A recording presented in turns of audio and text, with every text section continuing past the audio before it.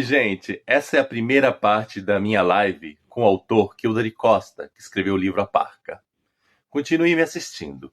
Mas antes de prosseguir com o vídeo da live, quero lhes dizer o seguinte: no dia 28 de junho, às 20 horas, teremos mais uma live com esse autor maravilhoso.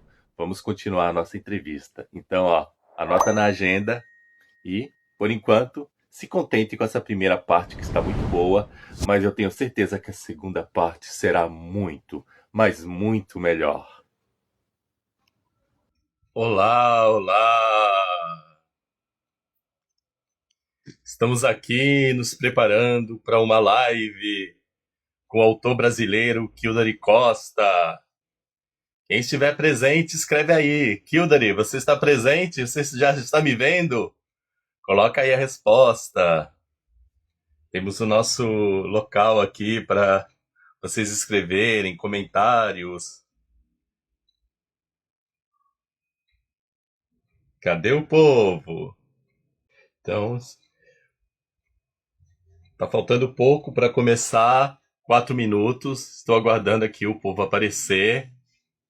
Aí eu vou convidar o nosso autor, Kildare Costa, para fazer parte.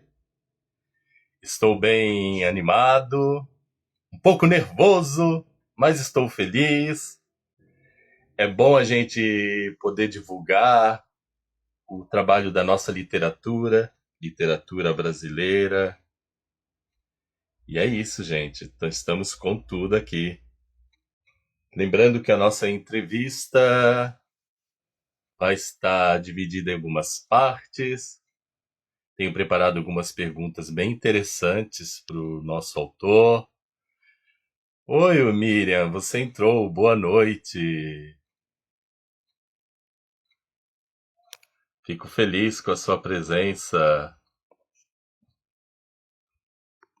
Olha, eu pediria para você fazer esse favor para mim, avisar lá no grupo que já começou, porque aqui eu fico um pouquinho limitado com algumas coisas. Eu estou com o celular, aí eu não consigo ficar abrindo outra tela, coisas assim da vida. Um dia nós vamos fazer uma live também com a Miriam, pode ter certeza. A Miriam será uma das nossas convidadas para uma live. A Miriam ri. Temos mais outra pessoa aqui conosco. Quem será que está conosco? Manifeste-se. Falta 1 minuto para começar. Eu já chamo o Kildare Costa. Tá cheio de coraçãozinho aparecendo. É muito amor, gente. 1 minuto. Kildare Costa entrou. Já vou assinar. Boa noite. Daqui a pouco eu já te coloco aqui na nossa tela. Se prepara. Lembrando que não combinei as perguntas com o autor. Vai ser tudo surpresa. Não tem nada ensaiado, gente. Será que o autor está preparado? Que nervoso. Mas nada demais. Nada que prejudique ninguém. Obrigado, Miriam, por ter voltado, pelo aviso. Miriam, nossa colaboradora. Miriam voltou. Eu estou com 2 telas. Na minha frente tem a tela do celular, embaixo tem a tela do notebook para eu visualizar as perguntas que vocês poderão fazer com o decorrer da entrevista. Gente, deu 8 horas, então agora vamos começar a chamar o nosso autor e ele vai entrar para falar conosco. Quer que eu entre de novo? Pronto, agora Não. tá joia. Tá me vendo? Boa noite. Eu tô mexendo. Sua imagem ficou parada. Tudo normal. Escuta bem? Deixa eu só aumentar aqui um pouquinho. Pronto. Tô escutando bem. Tranquilo? Tranquilo. Então eu vou lembrar que a nossa entrevista é para falar da sua carreira como autor, levemente da vida pessoal, esse levemente é da vida pessoal, levemente mesmo, e falar do livro A Parca, o assunto principal, sem dar spoiler, e projetos futuros. Tudo bem? Ótimo, ótimo. Vamos começar, tô Então, aqui. vamos ter vida de leitor, a vida de autor e, finalmente, a parca e projetos futuros. Eu espero que dê tempo de fazer todas as perguntas. Se não der, a gente marca outra, Sem problema se você nenhum. estiver disponível. Claro, sempre. Mas vamos que vamos. Então, primeira coisa que eu vou colocar como pergunta é o seguinte. Não é bem uma pergunta, mas eu gostaria que você se apresentasse ao público. Falasse onde nasceu, onde está vivendo, se está solteiro, casado. Uma breve biografia. Tá ótimo. Meu nome é Kilder Costa, para quem ainda não me conhece. Sou natural de Fortaleza, nasci em 1977, tenho 46 anos. Aí, desde 2004, eu fui morar no Amazonas, passei 5 anos no Amazonas, e de lá estou morando desde 2009 no estado do Piauí, em Teresina, Piauí. Sou casado, tenho filho, sou servidor público aqui no estado do Piauí, e a Parca é meu primeiro livro publicado, mas já tenho outro aqui quase andando para a editora, bem pertinho. Então, já aproveito, mostra a capa do livro, a Parca. É linda essa capa, né? Eu adoro essa capa desse livro. Não fui eu que Sim. escolhi, foi a editora, mas eu não teria escolhido melhor. Mas, vou deixar essa pergunta para depois. Aí, continuando, vamos começar pela sua vida de leitor. Como é que começou o seu amor pela leitura? Algum livro, alguma pessoa que despertou esse interesse? Olha, desde muito criança eu gosto de ler, sabe? Muito criança mesmo. Eu tenho um tio que sempre foi muito envolvido com arte, com música, com escritos, né? E ele me incentivou muito. Meu tio Eugênio Leandro, um excelente cantor e compositor e também um excelente escritor. Precisam ler os livros dele. E desde muito criança eu sempre gostei muito de histórias em quadrinhos, sempre as pessoas sabiam que eu gostava, então sempre me davam alguma história, as pessoas viajavam às vezes para outros países e traziam para mim alguma história em quadrinho daquele país. Naquele tempo eu lia, acho que ninguém lembra, Condorito, Mortadelo e Salaminho, coisas de outros lugares. Agora, assim, literatura, livro mesmo, eu acho que eu comecei a gostar, foi na época da coleção Vagalume. Não sei se alguém pegou a coleção Vagalume, era excelente. Com certeza. Era muito boa, né? Acho que você tem mais ou menos a minha faixa de idade, não é, Fred? 2 anos mais velhos. Pronto, então você vai lembrar. Você tem a idade do meu irmão mais novo. Satisfação. Foram 2 coleções muito importantes para mim. Acho que foi a coleção Vagalume, que eu li vários livros dessa coleção, e uma que talvez você também se lembre, é o Para Gostar de Ler. Tinha umas crônicas, né, de Paulo Mendes Campos, de Carlos Drummond de Andrade, Mário Sabino, e eu tinha... não foi bem a escola, acho que a escola até passou como paradidático, mas eu tinha a coleção toda porque eu gostava muito, eu lia e relia sempre esses livros, era minha paixão. Você tinha a coleção toda, que inveja! De Para Gostar de Ler, tinha toda, do Vagalume não, do Vagalume eu tinha alguns, eram muitos livros, né? Não dava para ter a coleção toda naquela época. E hoje está muito maior. Naquela época eu me lembro que era baratinho os livros, hoje está um pouquinho mais... A gente encontrava bem baratinho. Eram muito fáceis de achar. Eu acho que era a editora Ática, né? Não sei nem se ainda existe. Mas eram muito fáceis de achar esses livros, tinham toda a livraria, eram baratinhos. E muita gente tinha, né? Eu tinha alguns, aí alguns amigos tinham outros, e aí a gente trocava, emprestava um para o outro, né? Eu tinha um primo que gostava muito de ler também, não tenho, né? Mas ele gostava muito de ler naquela época. E eu li dele Escaravelho do Diabo, Rápido do Garoto de Ouro. Era barato aquela. A Ilha Perdida. Leu? Li, O Feijão e o Sonho. A série do Xisto. Alguém lembra do Xisto? Xisto do espaço, Xisto... Era barato. Era Vou uma tirar o delícia. meu óculos está embaçando muito.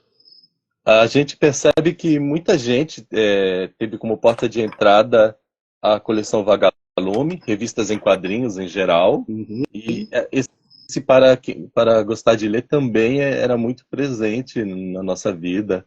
Sim. Foi o meu primeiro Inclusive, contato com crônicas, né? era, Crônicas maravilhosas. era uma delícia. Nesse sentido, você acha que gibis é uma porta de entrada para a leitura? Eu acho. Eu sempre achei que as histórias em quadrinhos eram um estímulo, né? Principalmente porque naquela época não tinha, hoje como tem essas facilidades eletrônicas, né? De internet e tudo. Então a gente se distraía como que dava. E as histórias em quadrinhos elas eram uma forma barata, e ainda são, né? Uma forma barata e muito fácil de você ter um contato com a literatura. E de lá para cá, eu até digo isso porque eu ainda sou leitor de quadrinhos, eu ainda gosto muito.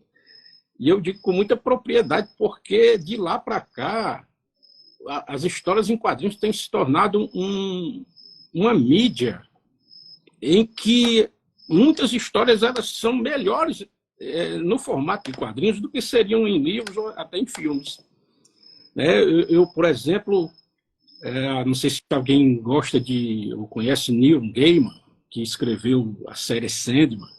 Essa série é maravilhosa, é literatura acho, de alta qualidade, muito, muito boa mesmo, e ela é excelente nos quadrinhos. A adaptação dela para a Netflix ficou boa, mas não se compara aos quadrinhos. Os quadrinhos são excepcionais. Então, quadrinhos eu acho que é uma mídia importante e tem muita coisa boa para conhecer nos quadrinhos, sim.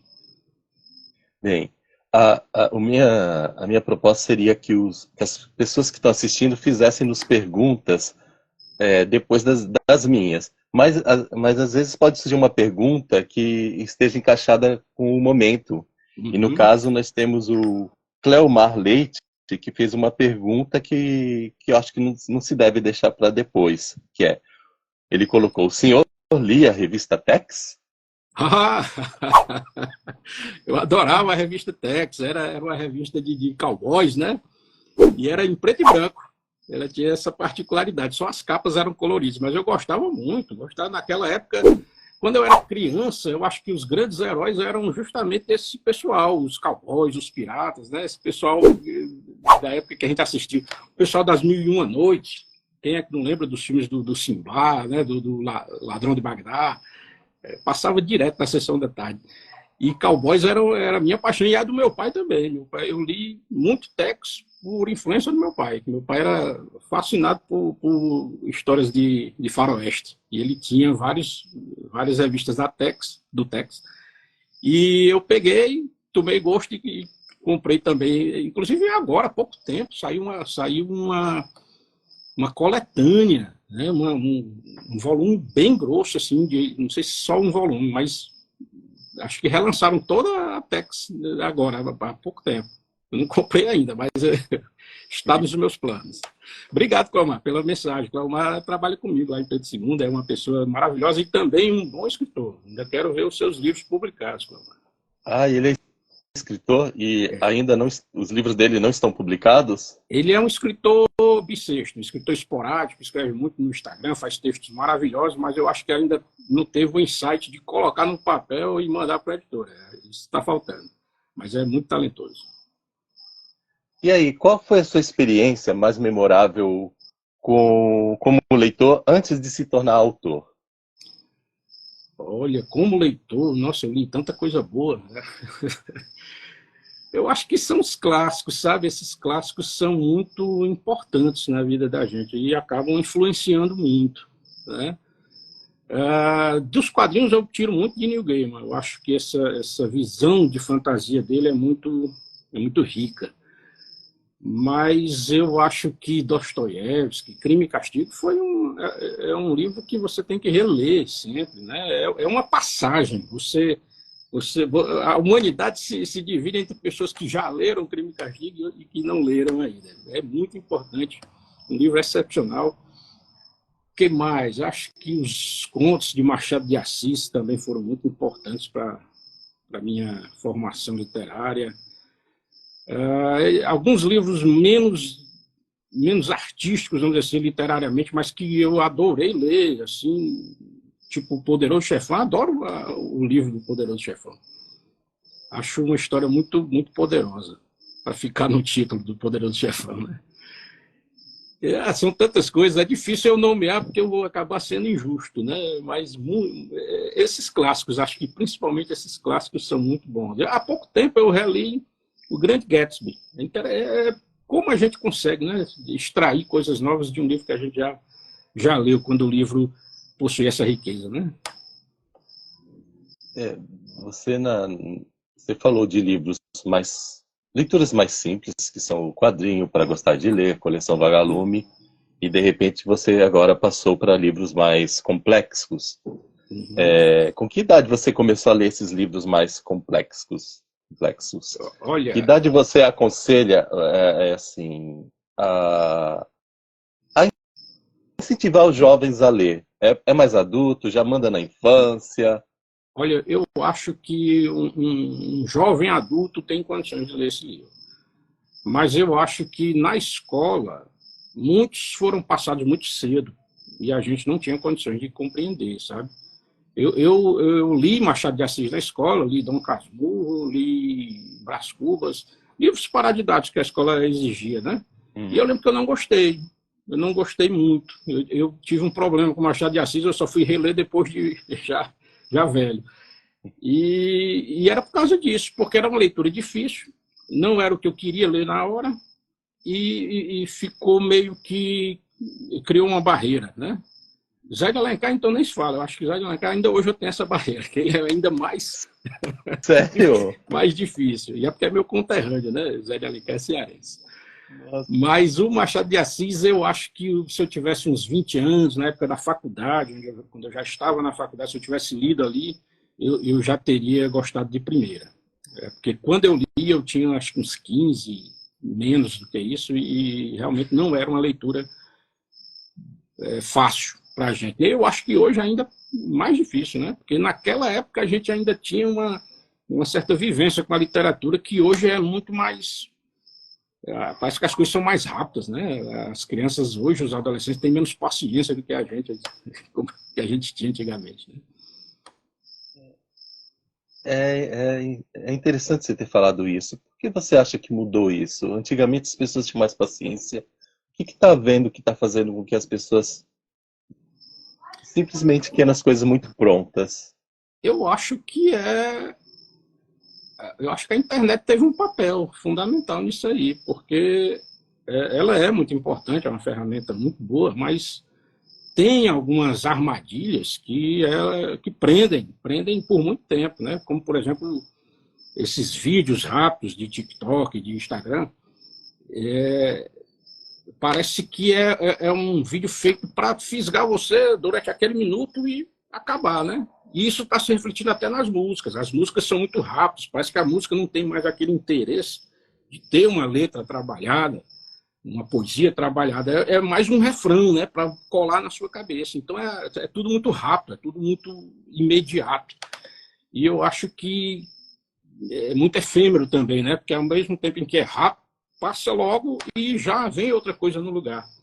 E eu acho que a gente, todos nós, né, os adultos, as crianças, os adolescentes, acho que a gente precisa dar uma respirada nisso aí, sabe, desligar um pouco e pegar um bom livro.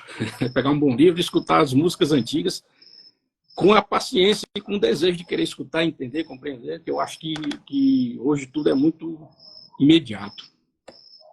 E sem compreensão. E muito acessível também, né? Antigamente, para você ter acesso a uma coisa era bem mais difícil. Hoje, você dá um clique e você tem acesso ao mundo.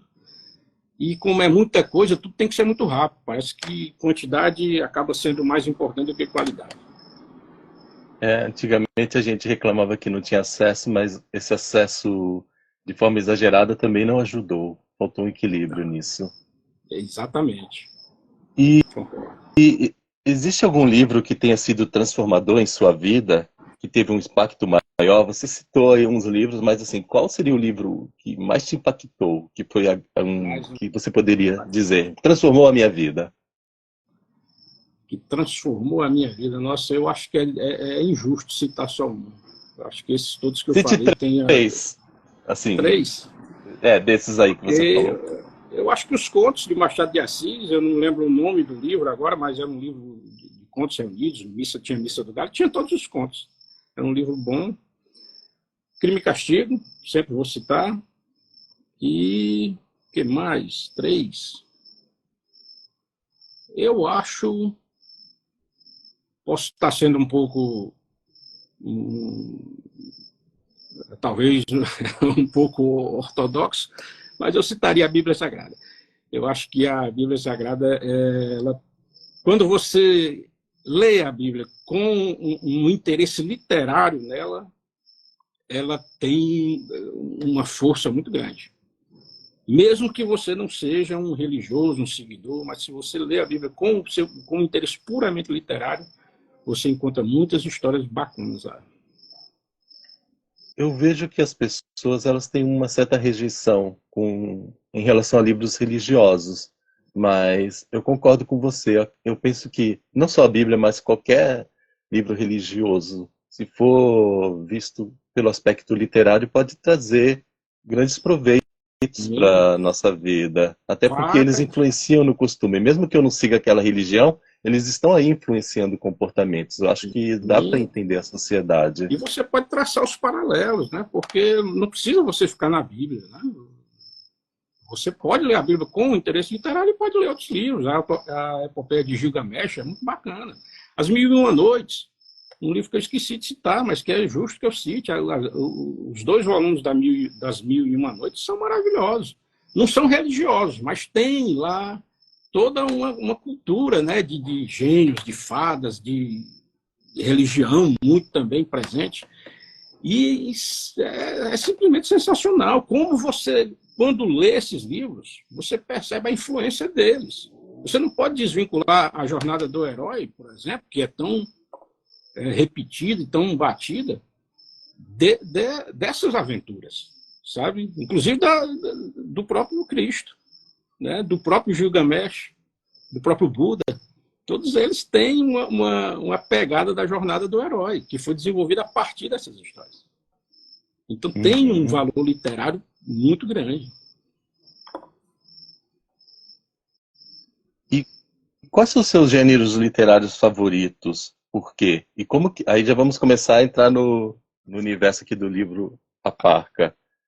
E os seus gêneros literários, eles influenciaram na sua escrita dessa obra aqui? Sim, sem dúvida. É o gênero que eu mais me identifico, assim, que eu acho muito bom de trabalhar, porque permite muitas ideias, até ideias absurdas, é o realismo fantástico. Eu gosto muito de Gabriel Garcia Marques, de Borges. Eu sou um absoluto fã de Jorge Luiz Borges. E essa literatura latino-americana de realismo fantástico é o meu, assim, o que eu gosto muito para trabalhar e para me aprofundar, vamos dizer assim. Mas para me distrair, eu sou louco por literatura de terror. Gosto demais. Gosto de Edgar Allan Poe, de Lovecraft e também dessas coisas novas. Há pouco tempo eu li O Exorcista, que é aquele que gerou o filme. Um livro muito bom. Leu Pedro Páramo? Pedro Páramo, de Juan Rulfo, li sim. Tinha 2 histórias. É uma história bem curtinha, né? E o livro que eu li tinha outra. Tinha Pedro Páramo e tinha... Eu não vou lembrar, mas é excelente. Pedro Páramo é a nata do realismo fantástico, né? O seu livro ele recebeu o nome A Parca. O que significa A Parca? Sem dar spoiler, qual a relação com o conteúdo? A Parca, talvez você nem acredite, mas o nome desse livro foi uma das últimas coisas que eu pensei.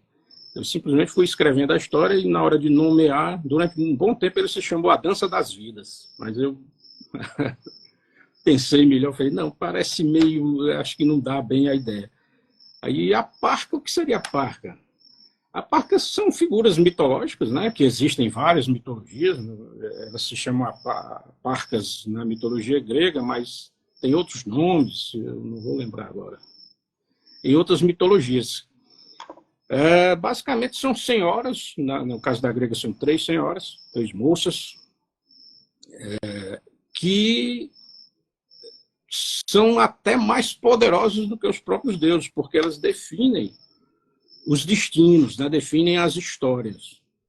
Então, no universo desse livro, a parca faz uma referência justamente a isso. Se as nossas histórias são, de alguma forma, roteirizadas por alguém, se tem alguém ali por trás influenciando ou até definindo as coisas que a gente vive, né?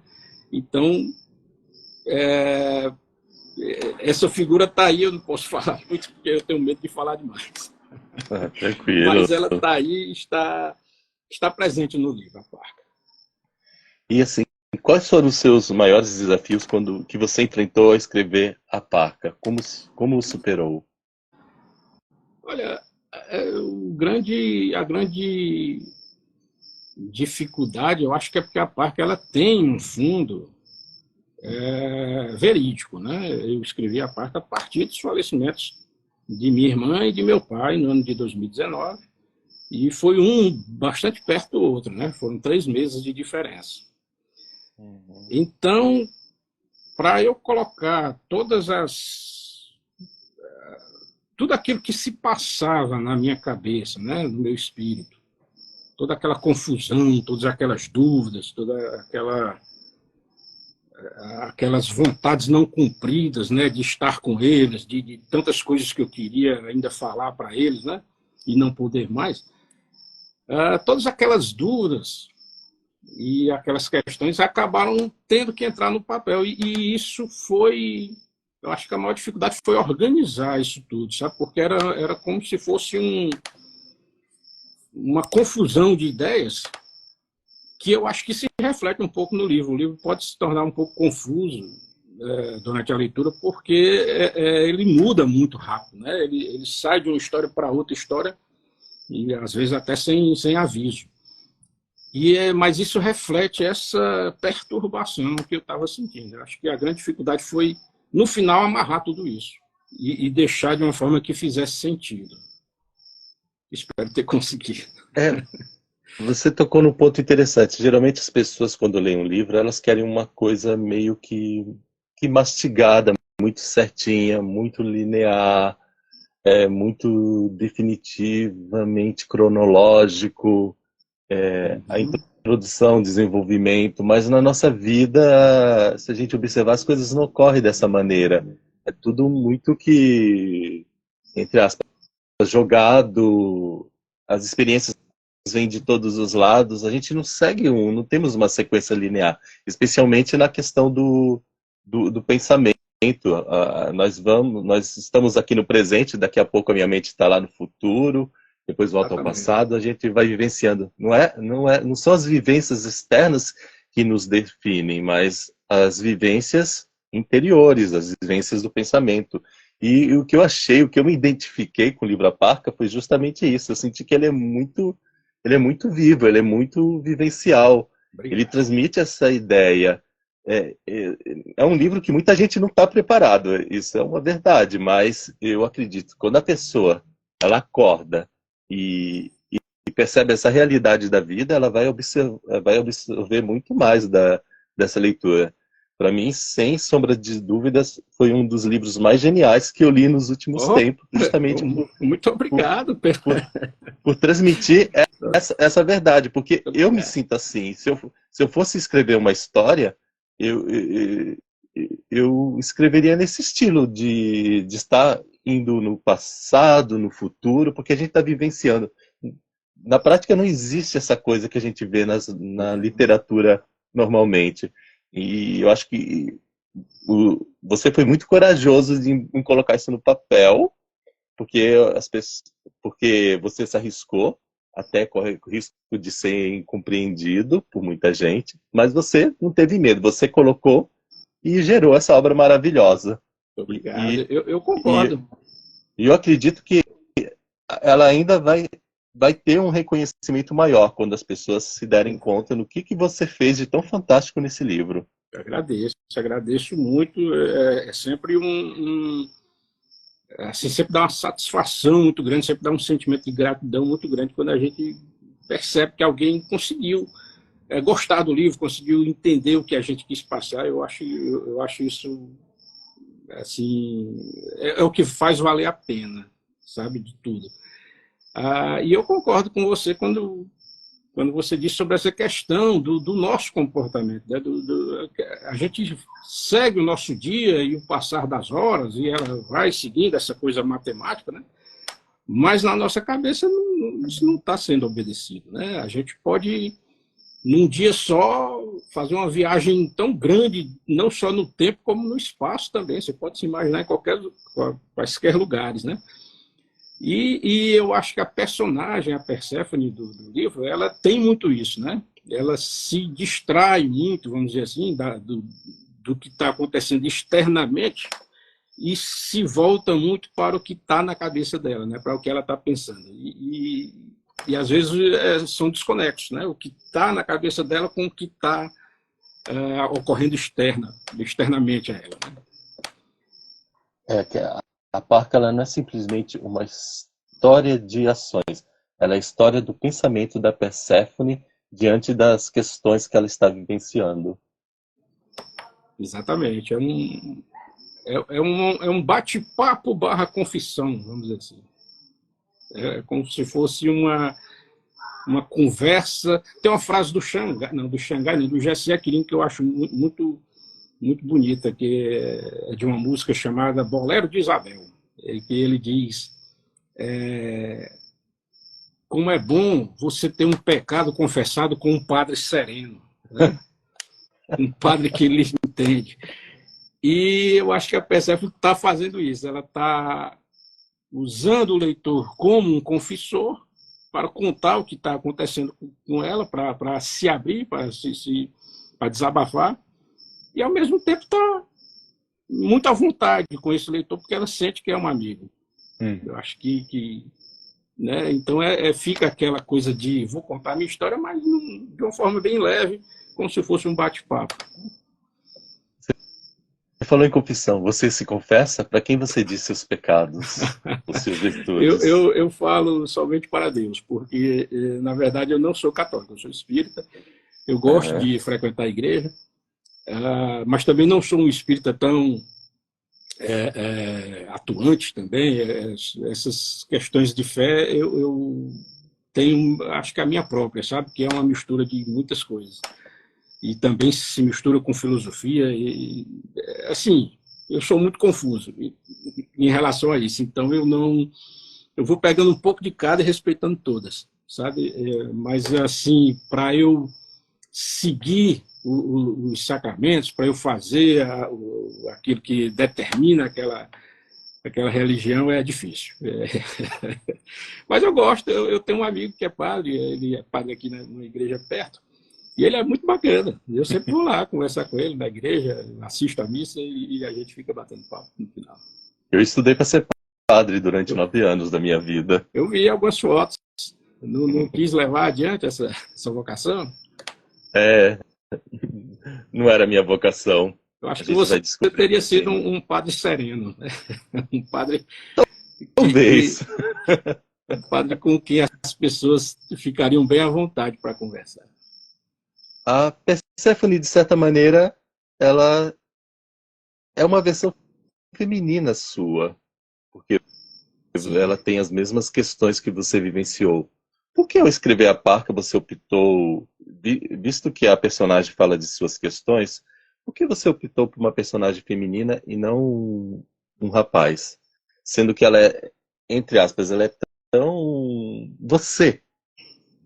É porque eu acho que eu precisava de alguém que fosse menos experiente, vamos dizer assim, uma pessoa jovem, né? Uma pessoa que tivesse ainda bem no começo da vida e que tivesse um irmão mais velho, né? E a minha irmã, que faleceu, ela tinha muita vontade de ter uma filha, né? De ter uma irmãzinha pequena. E eu pensei, vou fazer isso, até porque essa questão do gênero, ela não é tão relevante na história, né? Poderia ser um homem, a Perséfone, né? Poderia ser qualquer pessoa.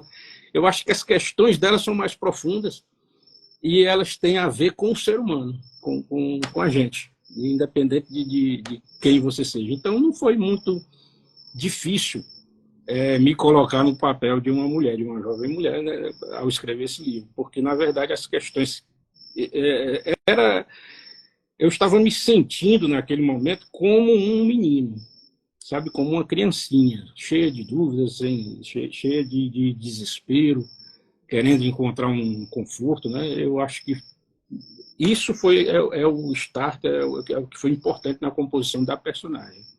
O gênero, eu acho que é porque também é bem simpática ela, né? Uhum. Aí eu gostei de construir uma personagem assim. E, assim, por que as escolhas dos nomes, o nome Perséfone e os outros nomes dos personagens? Olha, essa dos irmãos tem a ver com a minha própria história, né? O meu nome é Kildarin, tenho Y no final, justamente porque meu pai se chamava José de Ribamar Costa.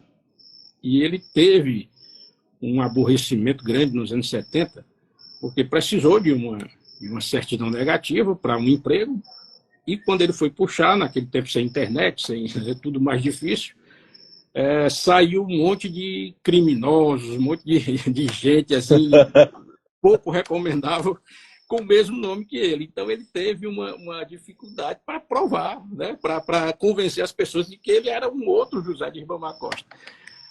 E isso foi tão marcante para ele que ele decidiu colocar o nome dos 3 filhos dele com Ks e Ys e Ws para poder não ter dúvida, sabe? Ele disse, quando aparecer um Kildare, vai ser o meu filho, não tem outro, né? Para o bem e para o mal, só vai ter você com esse nome.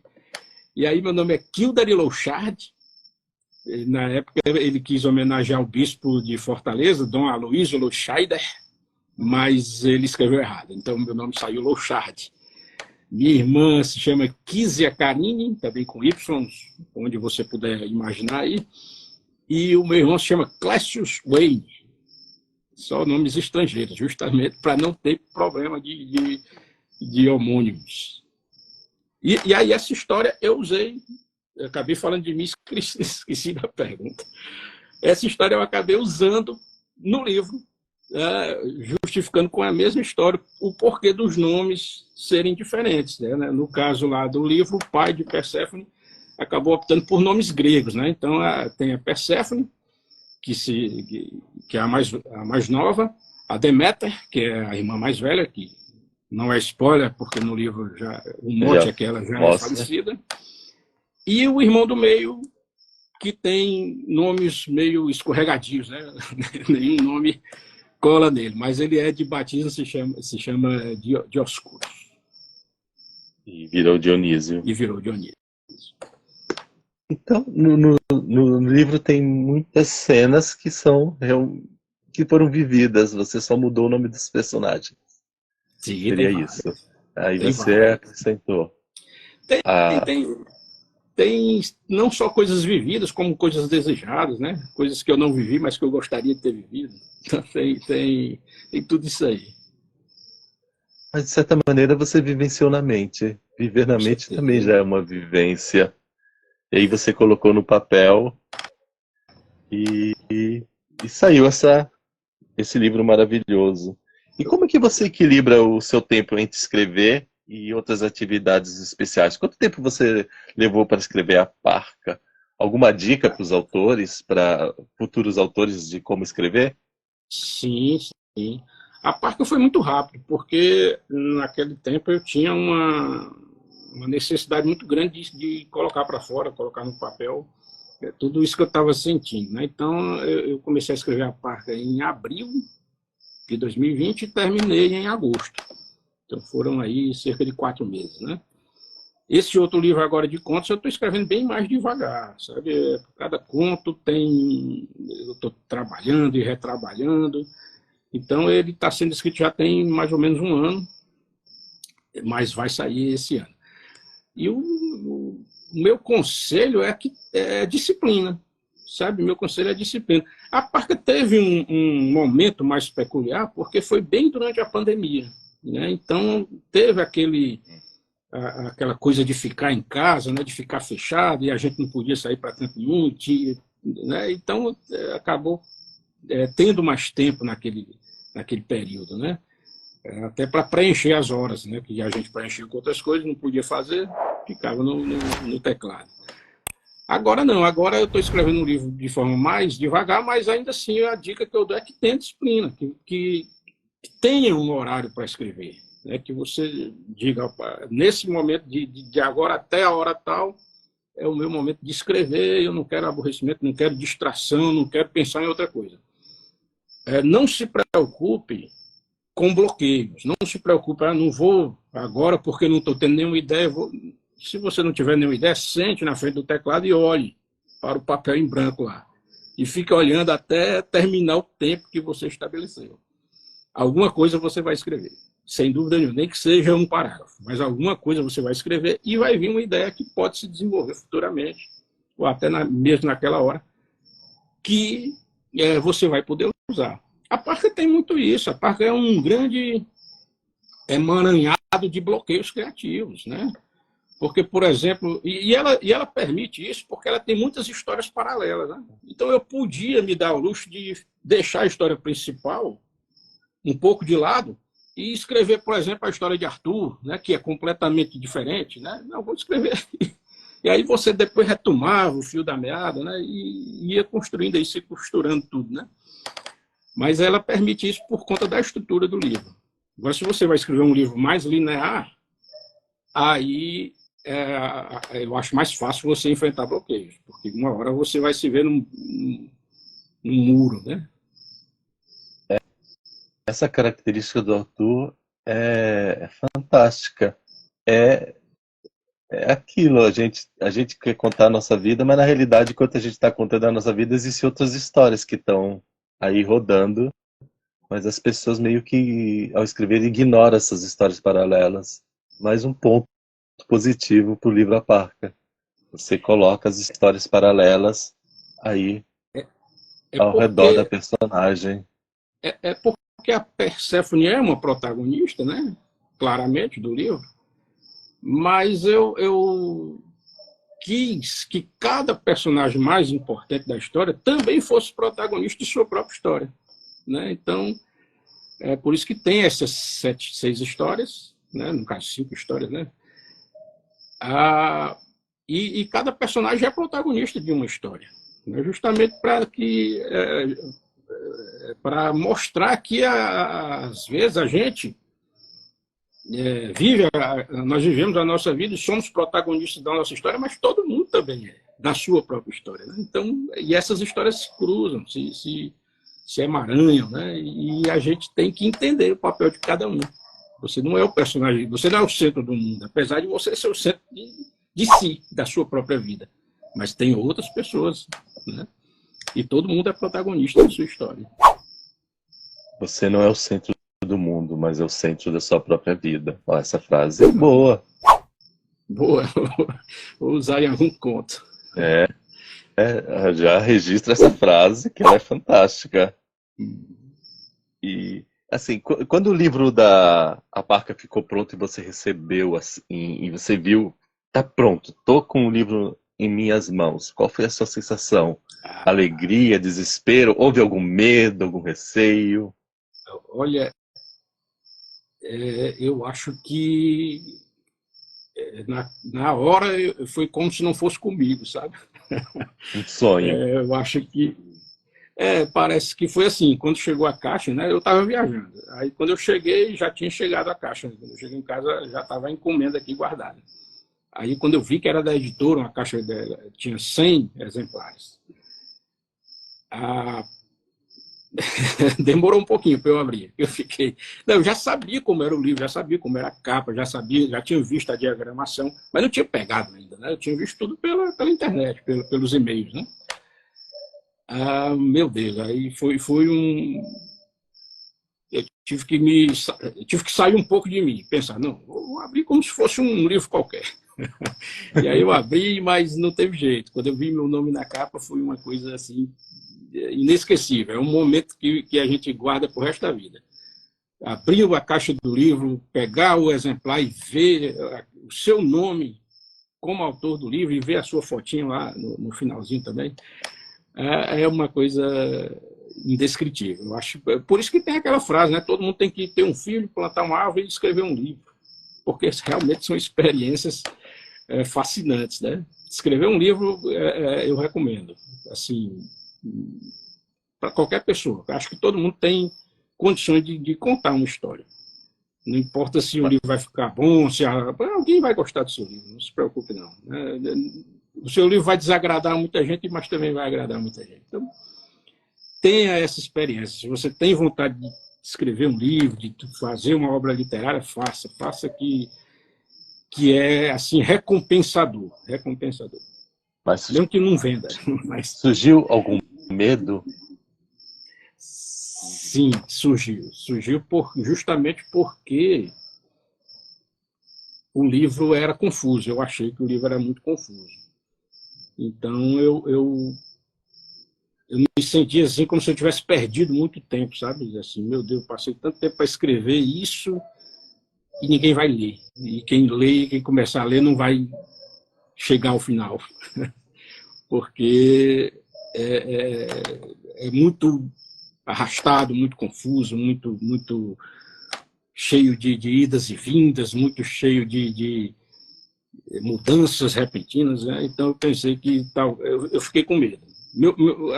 Antes de eu receber a primeira resenha da Parca, eu estava muito nervoso, porque era assim a primeira opinião que alguém ia dar do livro, né? E eu fiquei, meu Deus do céu, isso vai definir, né?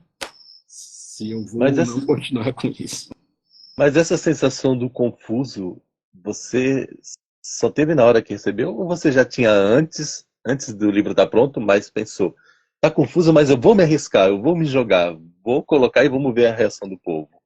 Não, foi antes. Eu cheguei a pensar que a editora ia até recusar, sabe? Meu Deus, quando ela aprovou o livro, disse, não, vamos lançar, eu já fiquei, oh, que coisa boa. E o livro também foi lido por alguns betas, né, alguns leitores betas, antes do lançamento, né? E eu fiquei muito nervoso esperando a opinião deles. Ainda bem que foi positivo. Eu acho que eu não teria lançado se não tivesse sido. Mas isso é bom até para você saber para quem é o seu público, né? Porque se eu tivesse dado o livro para uma pessoa que realmente não tinha vontade de ler aquele tipo de coisa naquele momento, talvez eu tivesse tido uma experiência completamente diferente. Hoje eu tenho certeza que você tem recebido elogios, mas também tem críticas. Como é que você lida com as críticas? Quando alguém chega e fala assim, não gostei. Eu entendo. Assim, eu fico muito grato quando alguém diz que gostou.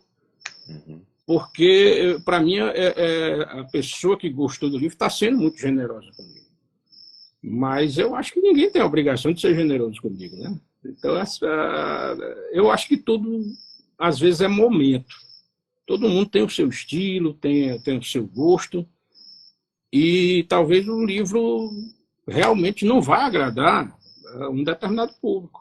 Ou então não vai agradar uma pessoa que não está com aqueles sentimentos ainda na cabeça, né? Muita gente que lê o livro falou uma coisa que até eu acho que você me falou, que o livro apareceu na hora importante, sabe? Que o livro chegou e leu aquele livro e se identificou porque identificou aquilo que eu estava narrando. Mas não é todo mundo que vai se identificar, pelo menos não naquele momento. Talvez a pessoa não tenha gostado do livro num momento, mas futuramente, quando pegar e tiver passado por alguma experiência, vá gostar. Então, eu não tenho nenhum problema com as críticas. Eu acho que elas são sempre bem-vindas também. Assim, eu até acato, já vi muita. Inclusive, eu passei o meu livro para não sei se ele está assistindo, o Jonas Paulo. Ele leu alguns trechos do livro e ele é chato pra caramba. E eu agradeci muito a ele. Muitas mudanças que eu fiz no livro foram por conta de umas boas dicas que ele me deu. Se arrepende de alguma coisa escrita no... Tendo o livro, o produto final, se arrepende de alguma coisa? Tipo, deveria ter mudado? Ou o livro tinha que ser desse jeito que está? Olha, você nunca termina de escrever. É por isso que é outro conselho que eu dou. Se você quer lançar um livro, pare de escrever. Uma hora você diz, acabou. Bote o ponto final. Porque até hoje eu pego o livro e fico, nossa, eu devia ter trocado essa frase por essa. Se eu não tivesse lançado até hoje, eu estava mexendo nesse livro. Mas arrependimento, não. Eu acho que o livro cumpriu a sua função, sabe? Eu acho que a história foi contada. Até me perguntam, às vezes vai ter continuação. Eu sei, não é um livro para uma continuação, né? É um livro que ele se fecha em si mesmo e a história já está contada. É aquilo que eu queria falar, pelo menos nesse livro, né? Então não tem um arrependimento, não. Talvez eu fizesse algumas mudanças estéticas, algumas frases, trocaria uma frase, uma palavra por outra mais trabalhada, não sei. Mas eu gosto do livro do jeito que ele ficou. Eu vou aproveitar algo que o Cleomar colocou aqui, e foi: estou com dificuldade de escrever meu livro por razões de ainda não conhecer meu público-alvo. O Kildare conhecia o seu público-alvo? De forma nenhuma. E você acha que é importante conhecer o público-alvo, ou você coloca e o público-alvo vai surgir? Já fica um conselho aí para o Cleomar. Isso. Olha, Cleomar e qualquer outro pretenso escritor que tenha essa vontade, não pense no público, não, sabe? Você vai falar das suas experiências, do que está dentro de você, né? E a experiência humana, ela ela é única, sim, né, para cada ser humano, mas ela é identificável com muita gente, né? Nada é inédito. Então você vai contar, o que você vai contar, assim como o que eu contei e o que eu tenho para contar em outros livros, não é nada inédito. São coisas que as pessoas vivem. Então, aquilo que você escrever, alguém vai se identificar, você vai achar o seu público. Agora, você nunca vai achar o seu público antes de escrever. Então, não pense nele, não pense nisso ainda. Escreva, lance e mostre para as pessoas, que aí as pessoas vão gostar e vão recomendar, e vão dizer, lê o livro do Cleomar, lê o livro do Kildare, e vão passar e você vai encontrar. Eu acho que esse é o melhor conselho que eu posso dar para quem quer escrever. Não deixe... Assim, escrever é um sonho para quem quer, né? Uhum. Então, não fique adiando. O que é que lhe impede? Você tem um sonho, você tem tudo para realizar esse sonho. O que é que lhe impede de atingir aquilo que você tanto quer?